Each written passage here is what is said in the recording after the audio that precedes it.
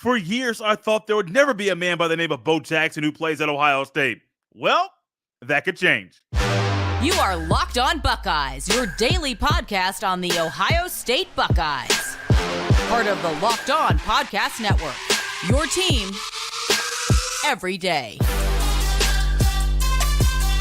Oh, yes, we are on the eve of another NFL Combine, and I'm looking forward to numerous Buckeye football players performing on that grand stage. But today, we're talking about potentially future Buckeyes and what they might do when they play football in Columbus. Welcome in, Buckeye fans, to a Wednesday edition of Locked On Buckeyes. Here on Wednesday, February 28th in the year 2024. I am your host, Jay Stevens, also the host of the Jay Stevens Podcast. And today's episode is brought to you by Gametime. Download the Gametime app, create an account, and use code LOCKEDON for $20 off your first purchase. During today's episode, we welcome back to the show Locked On's recruiting analyst, Brian Smith. Brian and I dive into Bo Jackson, an in-state running back that is taking a visit to Ohio State in a few weeks from now. We'll also dive into a really talented defensive end in London Meritt and a wide receiver in Taz Williams who put the Buckeyes in his top 10. We love having Brian on the show, especially when we talk about an in-state product. And as you welcome in Brian Smith, I'd like to thank LinkedIn Jobs for being the official college football recruiting sponsor across the Locked On College Network. These days, every new potential hire can feel like a high-stakes wager for your small business. That's why LinkedIn Jobs helps find the right people for your team faster and for free. Post your job for free at linkedin.com/LockedOnCollege. Terms and conditions apply. I have been waiting, Brian, to bring back an in-state product to the times when we have these conversations together. We've done a lot of Florida kids. Last week did a kid in Cali. There's a running back in Cleveland that is really, really good, and the Buckeyes are pursuing heavily to try to get a commitment from a young man named Bo Jackson. It's not his real name. His first name's Lamar, but his nickname is Bo Jackson. When I watch this kid play, though, he is really, really good. That's a kid that's been on the radar for a couple of years and Ohio State's known about. And I know that so is everybody else. Plays at one of the prominent Catholic schools. Cleveland's a hotbed, and it always has been. He's built in a way that makes you think, okay, he can be a dot the I tailback in the Woody Hayes era or Bo Shimp, whatever you want to use. And he's a pretty good kid in terms of just making guys miss despite his size. He's 6'1", 200, 190, whatever. Good athlete in space, and most importantly for those old school Ohio State fans, he will run between the tackles. You know, that's the thing that I was thinking about. You're going to get a guy that is what more of a traditional Buckeye running back would look like. And This is not a knock against Henderson. It's just he's more of a new age kind of running back, where Bo Jackson, this version of him, is more so what Buckeye fans have grown accustomed to seeing and have grown accustomed to loving and seeing, hey, that's the kind of tailback that you want at Ohio State. And I heard a podcaster recently works for Fox. He said, hey, Ohio State's normally a run team, a run first type of offense. Things changed and Ryan Day got there. But Bo Jackson, assuming Ryan Day's still here, you get Bo Jackson in, develop him, get him up to speed. He can be a good mix of, hey, we want to throw the ball around a little bit, but we still got this guy back here in the backfield that can tote the rock like a regular Buckeye running back is going to do. He would probably fit under the mid to late 90s when Harris was the OC at Ohio State, kind of like that.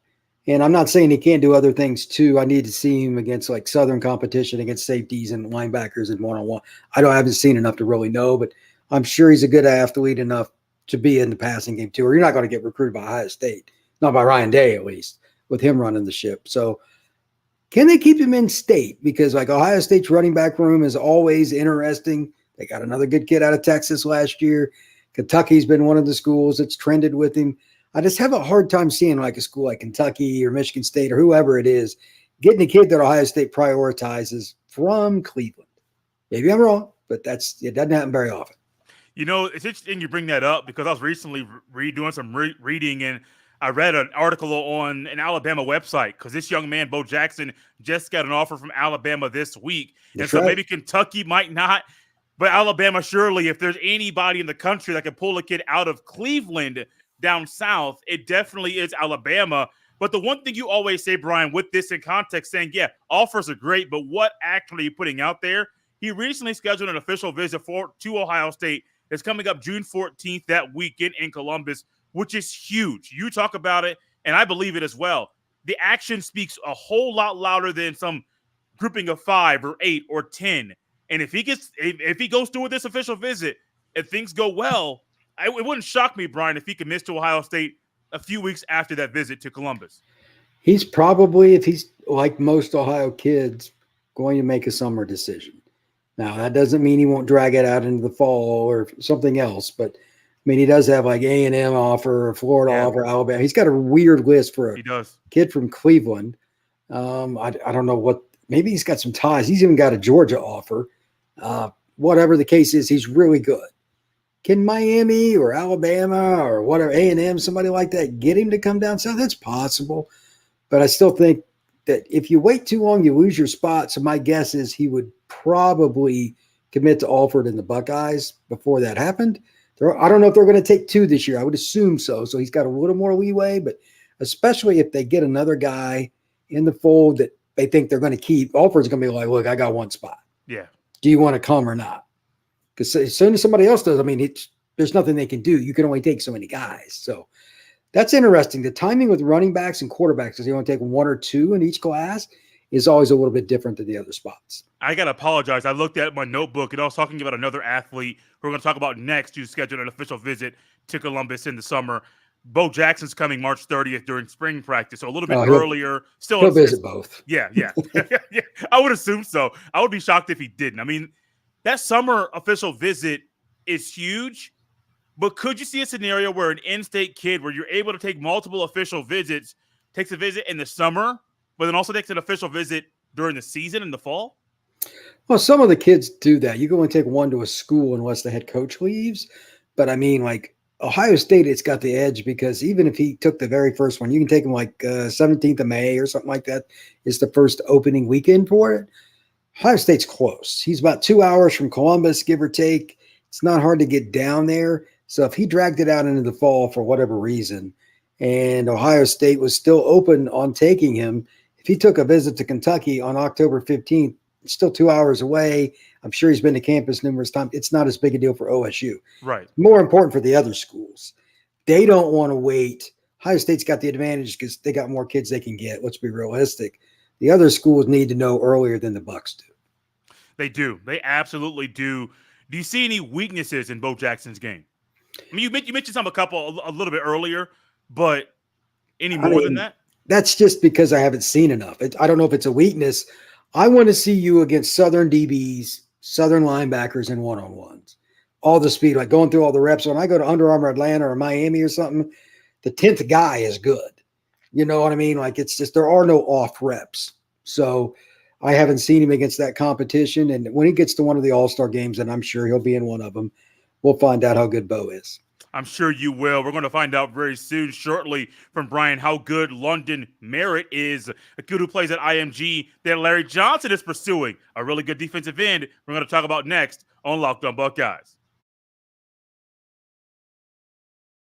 This episode is brought to you by Gametime. Gametime is a fast and easy way to buy tickets for all the sports, music, comedy, and theater events near you. With killer last-minute deals, all-in prices, views from your seat, and their best price guarantee, Gametime takes the guesswork out of buying tickets. They're obsessed with finding ways to help you save money on tickets. Gametime has deals on tickets right up to the start of the event. Find exclusive flash deals and sponsor deals on tickets for football, basketball, baseball, concerts, comedy, theater, and a whole lot more. With zone deals, you pick the section, and Gametime picks the seats for big-time savings. And the Gametime guarantee means you'll always get the best price. If you find tickets in the same section and row for less, Gametime will credit you 110% of the difference. Take the guesswork out of buying tickets with Gametime. Terms apply. Just download the Gametime app and use code LOCKEDON for $20 off your first purchase. Once again, simply download the Gametime app and use code LOCKEDON for $20 off your first purchase. Download Gametime today. Last minute tickets, lowest price guaranteed. You know, Brian, the one thing that I love about this young man is that you've had the privilege of watching him play numerous times. So it's not someone that you're seeing once every now and then at a camp or watching. Maybe somebody sends you some film of him playing. You have your own eyeballs on him while you're watching while he's playing games on Fridays or at these camps and things like that down south. He's London Meritt, 6'3", listed at 235. Very sturdy frame for a kid that's his age. Defensive end. I like him. And I say I like him a lot, but his frame and his size and the tools in his bag and the multiple moves that he has, it's no surprise that Larry Johnson wants him to play football in Columbus. He's a kid that probably has an offer from 40 schools, I would assume, by now. They're not all going to be listed by Rivals or whatever circuit you want to go with. I saw Meritt last year at Future 50 at Under Armour. He was one of the few guys that could go against the elite tackles and get a pass rush and do it pretty easily. Yeah. Might have been the best defensive lineman there. Yeah, it's debatable, and it's one-on-one without pads. So put a little asterisk by it. But he was consistent, had the twitch you're looking for, had the length, 240, 250, whatever he is now. I like him as much as any D end in the country. The only question is, does he get too big to play weak side and he's a strong? I don't know that. Those things take care of themselves after he gets to the next level. But he's a natural pass rusher regardless. Never have enough of him. No. Secondarily, he played in Atlanta. He played at Woodward Academy. They were in the 6A state finals. He's used to top competition. And now he's transferred to IMG. I'll see him later this week. In fact, I had somebody mention to me the other day, Gavin Nix, that like this kid, I said, does anybody come in that's any good? Blah, blah, blah. He's the one in Meritt. And I'm like, oh, yeah. I heard about him transferring. I forgot about that. He's like, he's a dog. That's all. And we just left it at that. Talked about some other kids. So I think he's a national top 100 kid on a bad day. On a good day, he's top 50. So this is a guy that can come in and play right away at Ohio State, Oregon, Texas, wherever he goes. Play right away. That's huge because the book, I know he's going to has another year in high school left before coming to Columbus if he eventually commits there. However, Ohio State's losing at the end of this year their two starting defensive ends. Yeah, you got Kenyatta Jackson Jr., you got Caden Curry, but those guys have been in backup roles, and even later in the season, their playing time gets less and less in those bigger games, crucial games that Ohio State is playing. There could be a legitimate opportunity for this young man. Let's just say he decides to come to Ohio State to play football, to get on the field earlier than maybe you would at a big-time program. One, not just because of how good he is, Brian, but two, because Ohio State's losing really good defensive ends to the NFL draft. Yeah, you hate to see freshmen kind of thrown into the fire, right. But at least they'd have Larry to lean on. He's obviously a legendary coach, and there's other players around him. The more likely scenario would see London Meritt be a pass rusher. First down and 10 in the Big Ten doesn't go well for freshman defensive line. No, it does not. And there's no way to fix it. That guy over there has had 3 years of college weight training. That freshman has had 0. It's straightforward. So 3rd and 6, put him in the game. Specialty package at the end of the half where they got to throw, put him in the game. He has to earn his way onto the field in run situations because when you see highlight films for offensive tackles going in the draft, if you went in and looked and found out who they were going against most of the time, it's freshmen and sophomores that they thought it was going to be a pass or something and they just got bulldozed. So that's how they ended up getting YouTubed. This is a kid, though, long-term, I think he'll be 265 or so. Man, he's got a chance to be an NFL player. And again, the length is there. I think he's going to be an impact player regardless of where he goes. Now, there's something interesting that I saw with him. He scheduled an official visit. This is the young man that scheduled the OV June 14th of this year. He recently took an unofficial visit to Miami, and then a year ago took an unofficial visit to Florida State. And so with him being there in IMG and you're smack dab in the middle between the Hurricanes and the Seminoles, they're going to come after you harder. It wouldn't shock me if an unofficial to Florida, the Florida Gators, gets in the mix as well. How do you think Ohio State's battle with those 3 in-state schools is going to go with Meritt being a guy who's really good that everybody's going to want? Well, it's unique recruiting against a team like Florida State or Miami, et cetera, for in-state kid. But he's from Atlanta that's transferred down. Right. Here's the problem with that for the schools going against them. They'll have several different kids take like one bus. They'll go to Miami one weekend. They'll go to UF the next. They get to take a lot of unofficial visits. That's their edge. Ohio State can't do nothing about it. They're too far away. So it just depends on how much of a relationship he builds, because they're about every other weekend, one of those kids, somebody like their dad gets a van or something, or one of the coaches, and they take them to one of these schools, UCF, whatever. So that's their advantage. The other side of that is go by what he does this spring. Does Meritt take visits to Ohio State in the spring? If he only takes an official visit, I would bet my bottom dollar he does not sign with the Buckeyes. They need at least 2 visits in total, minimum. That's a good way to look at it. I hadn't really thought about that at all, but I love your expertise and your time covering the recruiting in general, because I'm newer to it. I've paid more attention over the past couple of years than I ever have. Part of it is because of this show. If I was just a fan, when I was just a fan, I was watching Saturdays, I wasn't looking at recruiting. I didn't care. I'll just be honest with you. I cared more about the in-state guys in the state that I lived in, where I'm from, Indiana. But that was it. I didn't care about the kids that were other places. Where can Meritt get better? Probably just taking on guys straight ahead. He tries to play half a man, which is what you're taught to do. It's easier to go around a guy than to go through him. I get it. 3rd down and 1, 3rd down and 2 against truly talented players on his level that are bigger than him, because that's what you have to do eventually as a defensive end. You're only going to be able to go around guys so often, because 3rd and 1, that they just kind of wedge themselves forward, it's power.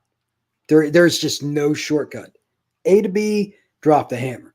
But that's just part of growing and maturing as a man. It'll take care of itself. Ohio State, they could be Texas State. They're going to give him a weight program to help him, and he's going to get bigger and stronger. Other than that, honestly, I like his tenaciousness. He'll chase down plays from behind, and he's fast enough to get what, like, I'm not saying he's going to run down number 32 at Ohio State in a sprint, but at the same time, like, he can go. The kid takes a hesitation, he'll get him, and he'll keep coming after him. Those are the kind of guys that Larry wants on his D-line anyway, and Ohio State fans like to watch from the stands. Man, that tenacity that he has that I see when I watch him play it, I'm like, my goodness. No, when I think the play is over, Brian, of course, these are highlights, and these are like spotlight plays that he's done in these games. But when I think the play is over, I kind of turn my head, because I'm like, why do they put this video in here? Next thing I know, a split second later, he's right there on the quarterback, taking him down in the backfield. And I'm like, oh, now I understand. It may not have been the best or like the quickest play that he's made, but he never stopped in the entire time. I think Ohio State got more of that from the defensive ends, especially Jack Sawyer late in the year, where you're just going, and Tui Maloa does it all the time, over, like, you just never stop. Your motor's always going. But that tenacity, it can be contagious. And if wherever he goes, other players will catch on to that and say, oh, he's going that hard, I got to do it too. This is the difference between winning and losing. How often do you see a play where a DB or somebody strips out the football, it's in the open field, and everybody's kind of on the ground, and the D lineman didn't hustle? And then some big fat offensive lineman is the one that gets the fumble. How do you think that goes in film study for the defensive lineman? Right. That's why they talk about hustle, because you just don't know what's going to happen at the end of the play, especially like Ohio State, Michigan, Auburn, Alabama, those one possession kind of games and rivalry games. Hustle wins the game more often than not. It's that, you need that one extra possession to get your quarterback a chance to score. It's not anything more, not anything less. Just got to hustle. And this kid does it, and he's got the athleticism that kind of helps too. Yes, he does. Another kid that has the athleticism that's going to get the attention of every coach in the country is Taz Williams. He made a big announcement. We'll dive into that and how it pertains to Ohio State next on the show. This episode is brought to you by FanDuel Sportsbook.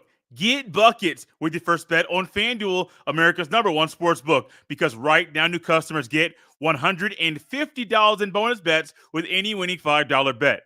Guys, that's $150 if your bet wins. You're able to bet on all your favorite NBA players and teams with quick bets, live same-game parlays, exclusive props, and more. You can also put your money on Major League Baseball, future college football, and NFL bets, and a whole lot more. You can do it all by visiting FanDuel.com/LockedOn. Once again, simply visit FanDuel.com/LockedOn and shoot your shot. FanDuel, official sports book partner of the NBA. Taz Williams is another talented wide receiver. We haven't really touched much on wide receivers lately because personally, I've been trying to dive into other positions because receiver, Ohio State, Heartline, you just expect it. But when I saw that this young man kind of put a group together of 10 schools and Ohio State's there, it caught my attention. Taz Williams, a 4-star wide receiver via 247 Sports composite rankings out of Red Oak High School in Texas, recently put the Buckeyes in his top 10. When I watched this film, though, like aside from this grouping, I don't really care about that first. I want to know more about what kind of player you are. This young man, I've seen him go up, way up, and get the ball and snag it. He high points it. He's fast. He knows how to get into the soft spot of the zone. And Brian, to me, that's very impressive for a kid who was a junior in high school. You realize, hey, what covers they're running, where the soft spot of the zone is, how to get there. And if your quarterback has to extend the play just a little bit, you keep moving, moving, so you're in his frame, in his eyesight, so he can get the ball to you. Yeah, he's got the speed and the savviness. He has some good double moves you see on his film. And he's doing it at Red Oak High School. And for those you don't know, that's kind of greater Fort Worth, Dallas area. They go against some good programs, and he's not just going against a bunch of slow kids. And he'll run by guys, even though he's a 5'11", not got the biggest frame per se. His speed makes up for it, and he's got quick feet and space to get open. I think this is a kid that can play at any school in the country, and his offer list will back it up. But when I first saw his dimensions and all that, and I'm like, I need to see it. It's consistent, short, deep, intermediate. He can do a lot of different things. Now the question is, how big does he get? Because I would still rather play him at the Power 5 level, or Power 4 as it may be, and soon maybe Power 2, play in the slot to start where teams can't get a bump on him because he's really twitchy, and then let him kind of grow from there and learn the route tree at that particular school and how they do their system. But yeah, he's a kid that can go into Texas and compete, or Ohio State or Florida, whatever it is. Very talented young man. You know, I am surprised, but also pleasantly surprised. Not a bad surprise. You mentioned slot, because I wasn't really thinking that right now, but I remember when I watched him play, a lot of the things and routes I saw him run were outside receiver, not slot. But I'm thinking, as twitchy as he is, it almost seemed like a fairly easy transition for him to be slot immediately day one in whatever program offense that he's at in college. Now, I'm not saying he's going to start right away, but I think an easy, smooth transition would be at slot right away for him, Brian. Yeah, there's less to worry about. You're closer to the receiver. You're probably not going to be asked to do as many things, although they might use him on some jet motions and stuff because he would create some havoc. I think he would be able to compete pretty quickly there. And if nothing else, he can be a rotational guy. And he can definitely return kicks before anybody asks. 100%. That's something he can do. And again, he's from Texas. He's from the Dallas-Fort Worth area. He's played against players. Taking the next step up will not be as difficult for Taz Williams as it would for some other guys. And that certainly helps too. That there's a reason some of these guys, when they constantly come up in these areas, they're going up against older guys that end up at Ohio State and stuff like that. You know what I mean? It matters. Dallas, Miami, LA. There's a reason those areas constantly produce players. He's seen all the good DBs that have gone to the Texases and Ohio States of the world, and now he's going to benefit from it. So his offer list made it for a reason. His offer list is stupid, bro. I'm sitting here like, okay, you got Alabama, you got Texas, you got Ohio State, Michigan, you got A&M, you got Baylor.